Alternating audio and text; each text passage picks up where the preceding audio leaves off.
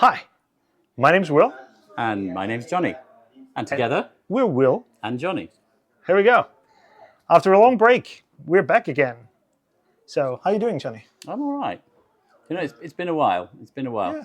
And okay, so today we're going to let's talk about something that's near and dear to both our hearts. Yeah? That word expert. I've just come away from a meeting just now, and somebody said, "Oh, you're an expert in gastronomy." There are so many of you now. Yeah, very true. And Very good. I think that's a topic in itself. I Yeah, mean, it is. We both cut our teeth in the industry, both done the necessary service, if you want to call it that, the experiential side of it, to make sure we know what we're doing. But actually, just recently, one of the best experts I've met, he was 22 years old, and he knew more about extraction and HVAC and all the ducting stuff than I've ever met anybody. Yeah, well, And he was a pure genius. here we go. So, expert. Yeah. Give me your view on that word. I love this. This is a good discussion. For the sake of time, I will try to focus on this. I think it's a great topic for one simple reason. I think we talked about this before. As consultants, as we all are, there's always a certain element of imposter syndrome, which we all carry to a certain extent. But in the recent kind of era, a couple of years, there is this inflationary growth of everybody's an expert who worked a small bit of that industry. And I think I'm not a trained chef like you, but at the end of the day, we have done a fair share of the good, the bad, and the ugly in this industry as a holistic expertise. And my feeling is that we try to shortcut things, look at things as very superficially. Yeah. But where the real work starts, where it becomes really ugly and hard and difficult, that's where we don't want to get to, because that's where we kind of, and this is how I feel. I feel there is less holistic focus in our industry, less kind of channel understanding. What is a restaurant about? What's a bar about? What is a fast food restaurant about? Whatever. And that's my opinion. So I think there is far too many, and it's getting more and more difficult for customers to really pick up. I think that's the point. I think it helps when our customers, our clients, know what it is they actually want from a consultant. And the problem, so many of them have problems that they need to solve, whether it's going back to the HVAC thing, simple, just getting extract to work properly in a building because the building was never designed to have food service. That's a huge problem. And frankly, age and experience is one thing, but technical knowledge is really important. Or whether it comes to operational expertise, there's loads of things that, honestly, I am really bad at. And I steer away from them. Yeah. I'm not an expert in everything. I don't want to be an expert in everything. What's your take, Johnny? If you think of experience per se as an isolated term, experience comes if you do things long enough. Yeah. You grow experience. Yeah. That in itself doesn't do much. It's repetition. You can know 1,000 things. Yeah. If at a certain point in time you cannot kind of unpack that knowledge and make it useful for that particular scenario, your entire experience in that line of work we're in is pretty much wasted. And I think that's a really interesting point, because it's not just about unpacking it, but it's also making it relevant for the audience that you're working for. Because I think one of the dangers is that you have a modus operandi, a way of doing things that you just do and you repeat. You rinse and repeat. Rinse and repeat. And actually, for me, the best projects that I've ever been involved in are the ones that I've never done before. And what you're doing is you're pulling in on all of those different strands of knowledge and experience and going, okay, I am walking on hot coals at the moment. And for any of you out there who think that we all know what we're doing all the time, honestly, you're wrong. We don't. We don't. He mentioned imposter syndrome earlier. Will's absolutely right. There's a lot of stuff where you just have to use your absolute best resources to figure out how to do it, because the world has changed completely.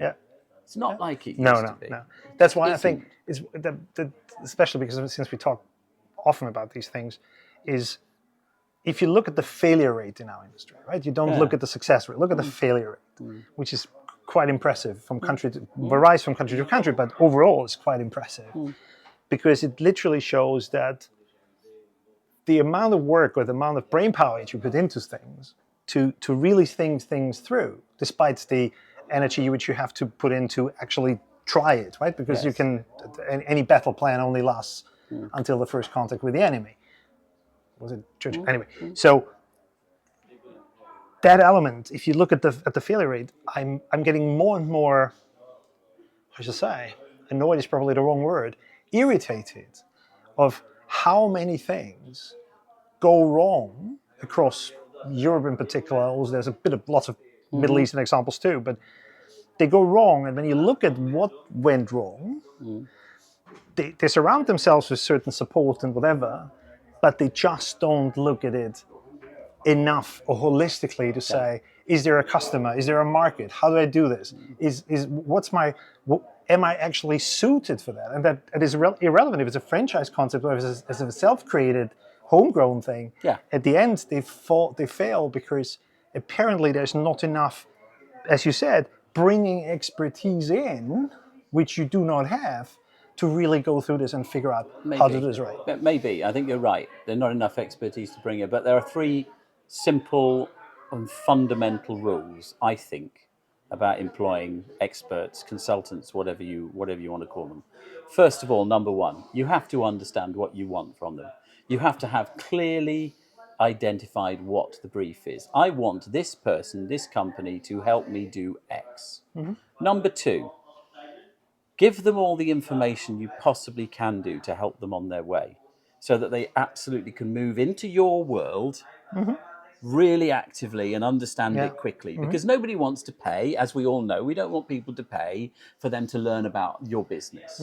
And then thirdly, listen to what they say. And that's sometimes incredibly painful. Oh, that's a very good. That's a really interesting one. Incredibly painful. Yeah. It's a really interesting one. I think we both have.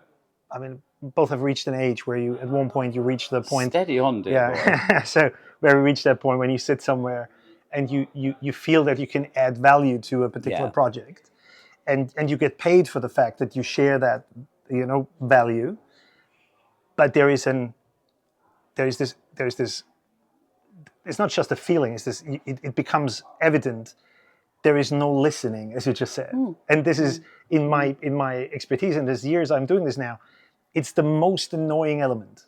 You bring somebody in to help you to set things up, but then you do not listen to what they have to say.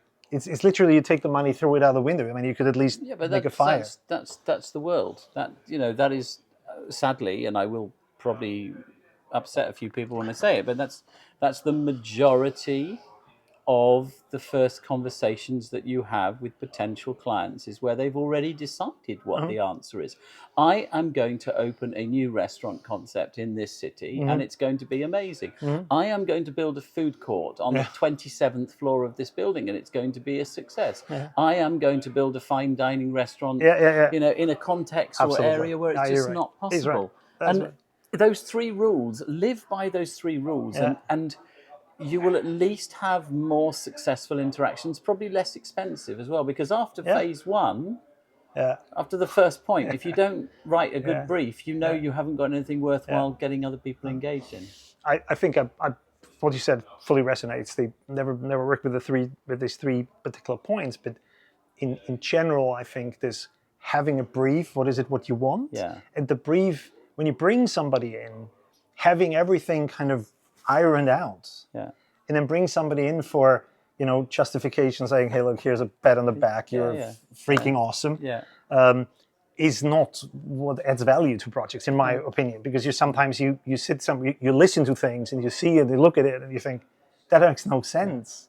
But then the other problem is, Will, that a lot of the time people choose an inappropriate partner in their consultant or their advisor, and that doesn't mean that they're not good. And this is absolutely not about competition. I welcome, I used to be global head of the Food Service Consultant Society. I was worldwide chairman. I was immensely proud of that organization. Incredible what they used to do, the FCSI. Incredibly proud of that. And, competition is really good. Quantity of professional advisors is really good.